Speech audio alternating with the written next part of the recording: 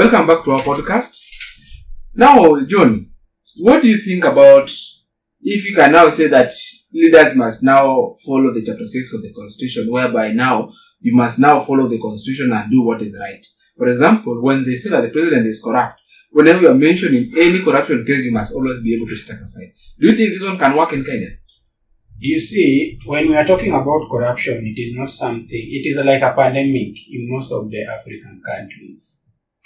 So, and you see this corruption, we are fighting it, but you also should know that there are some external forces which are also imposing this corruption in these our countries. And I will just say this, the colonizers are the one imposing this corruption so that they can get some things at a lower, even faster and at a lower price compared to the citizens of that country. Yes, I can give you an example. Recently, I was in Anosito, and you find like this white-skinned guy is coming, and he has liaised already with a nurse that they want to see a consultant, and yet there are some people there who came, and they were even 2 hours earlier there. They are waiting in the line. Then this nurse is coming up with a white-skinned guy. Then they are just hijacking the line, and they are entering to see the consultant. So you see this thing, even these people, these colonizers, they are the ones even who are maybe they're promoting this corruption so that it can benefit them mostly on our behalf. I think that now it means that we moved from what is called the white colonization, now we have what is called now the black colonization, whereby now we are colonized by people from our own neo-colonization.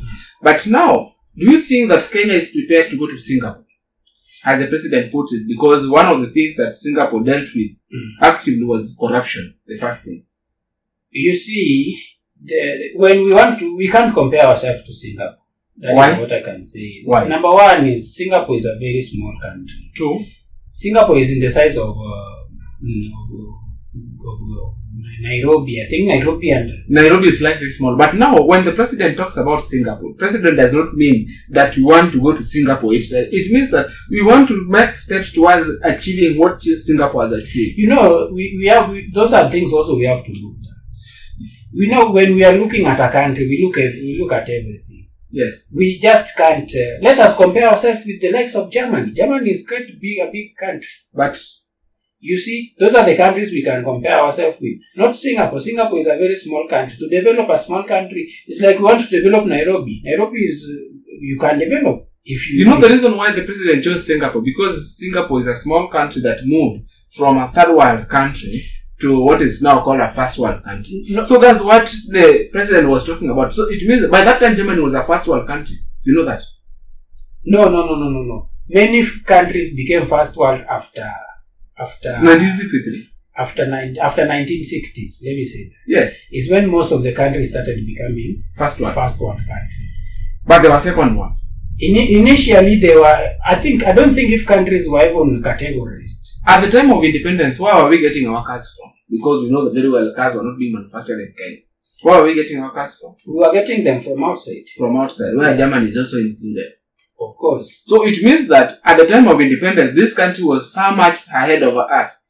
So that's why we see you cannot compare something that we never saw how it was developing. That's why the president has now chosen something that he thinks he can even manage to track how it was moving. But our question is, do you think the president is prepared to achieve whatever the steps that the Singapore made so that they could be able to reach that level? Because how their leader behaved and how their leader took things and took charge. Do you think the country is prepared, or the president is also prepared to lead the country towards that? You know, with that, I think it's just our president is just politicizing everything on the matter of Singapore. Because you see, this Singapore thing was not even in the manifesto. Now, before we finish, there is this thing called power. I believe you've heard this person talking about we want power. Yes. Do you think we also want power? Of course, everyone wants power. Even right now, even if it were you, yes, you want power. Everyone wants power.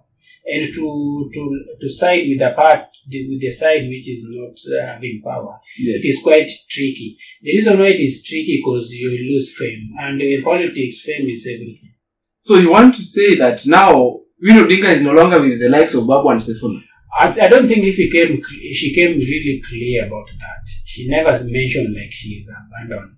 But the moment that somebody says that now she has been proposed to be the deputy party leader, it means seemingly this person has jumped the ship. So this person is moving towards the other side where being people never proposed, even Babu Owino is in the other group, but Babu Owino was proposed to be a secretary general. So it doesn't mean that maybe she's the one who decided like she wanted that post. Don't you think that there is some game that is being played so that Babu can be able to they can be able to play Sifuna? Because Sifuna was removed by the neck. He went to court so that he could have an injunction so that they could stop those kind of orders. And now his close ally, who is Babu Owino, is now being fronted for his seat. Do you think that is now not called... that is what we call a mind game in politics. So do you think Babu will be able to pick that position? Okay, you see, me personally, yes. I don't want to talk about on behalf of people. Me personally, I don't support Babu, Yes. And, because you see, Babu is that kind of person who is very irrational. Yes. You see, even by the time it was the seat was proposed, yes. If it's truly for the side of Linda Mwananchi, yes. If it's truly for that side, yes. Could have come clearly and said, like, you have proposed me to be in certain position. Yes. I'm not interested. I'm interested in Linda Mwananchi. But he said that he wanted to be a party leader. With him, he came, they have nominated him for a position of secretary of SG. Then with him he's coming, he's saying he wants nothing less than party leader. So, if he can be offered that party leader, meaning he's ready to leave there, Linda Mwananchi. So this is someone who is not stable. But at the start of this, you say that you wanted power. And you also say everybody wants power. Yes. If Babu becomes the party leader, don't you think now that is power itself? It is power, but it is also power with betrayal. You can get power without even betraying people. Just like Agwambo used to be. You want to tell me Raila never betrayed anybody?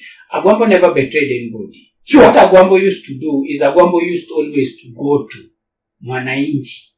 The betrayal we can talk about is when he neglected Mwananchi, which I never saw. The interest of Mwananchi was always at hand for Agwambo. So the people who could have maybe cried, like this person has betrayed us, yes, was supposed to be Mwananchi. But the other time Gen Z said that Raila betrayed them. But did you see, Raila came back towards his death. He came and now explained everything to people. But don't you think it was too late for that? It was not too late. Because these people, during that 2024, these people wanted the president out. And they wanted these MPs. They did not want NGC. But look at it this way. He came and explained. Right now, if you talk to everyone about Rao, what are they saying? No, right now we are saying positive because this person has gone. He's but no longer there. Even before, before he passed, yes, already people had that message in, and he was walking everywhere telling people. And you see, with the level of Rao, that right now the political scenario right now, things could have changed very smooth. Now, what do you think is going to happen in CI, being that now the Gen Z youth leader is now proposing that Orengo should go away, that Orengo should be removed as the governor? Of course, I will say Orengo should go away. But do you think they are going to manage that Orengo? Orengo is very easy to manage. You see, Orengo has been on the side, and also been just on the court, hanging on the court of Rao every now and then. It's true. He's been helping Rao. Yes, you know Rao. You know very well who Rao is. But he's been cleaning there in the name of helping Rao.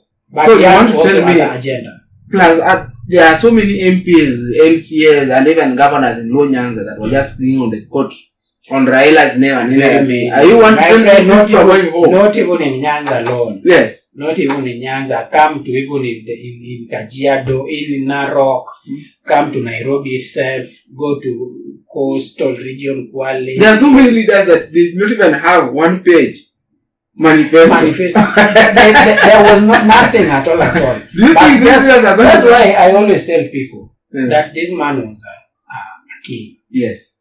Was a kingmaker and himself was a king. And you know, many people, you don't realize that this man is a king, man is God. Yes. Right now, people will realize already that this guy was a king. And you see, there's even a friend of mine from Kasipul who was very happy that the king lost the AU seat.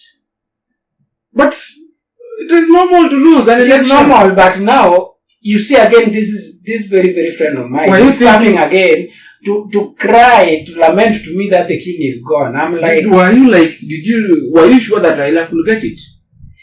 Yes. From the time go? You see, with me, okay, you know, even if I were not sure, yes, but I can't celebrate someone's downfall. I knew very well. To me, I knew very well because I've always checked what is called the Islamic voting in Africa. Mm-hmm. Most of this AU chair, they have always come from this, what is called the Islamic sect. Okay, that one I can't deny. But why must you be happy with someone's downfall?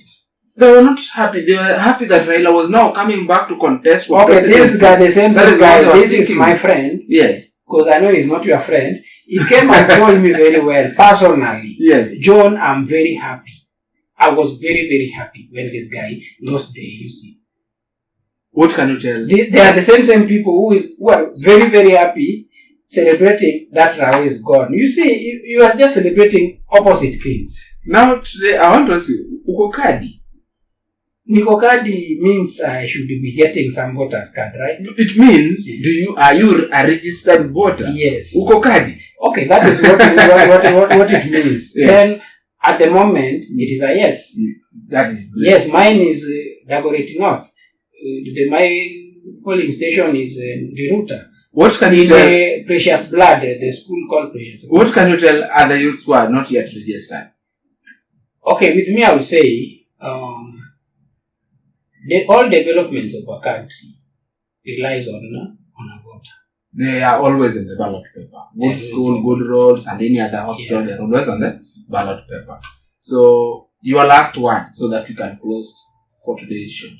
Okay, my last one will be the kind of temperature we have today, right now. The temperature we are entering into right now in the country requires a lot of vigilance. So even when you talk as a citizen, when you talk as a politician, be very mindful. Because even some people, you might find like, even a day to election, everything is done. Like you thought wananchi wako na wewe, but a day to election, everything will turn and you will lose everything. So be watchful of what you say as a citizen and as a leader. What I can tell the people is that stay focused and ensure that you be registered as a voter, because that is the only way you can get what you want. The moment you don't vote, you lose the right to complain. Let us meet in our next episode. Thank you.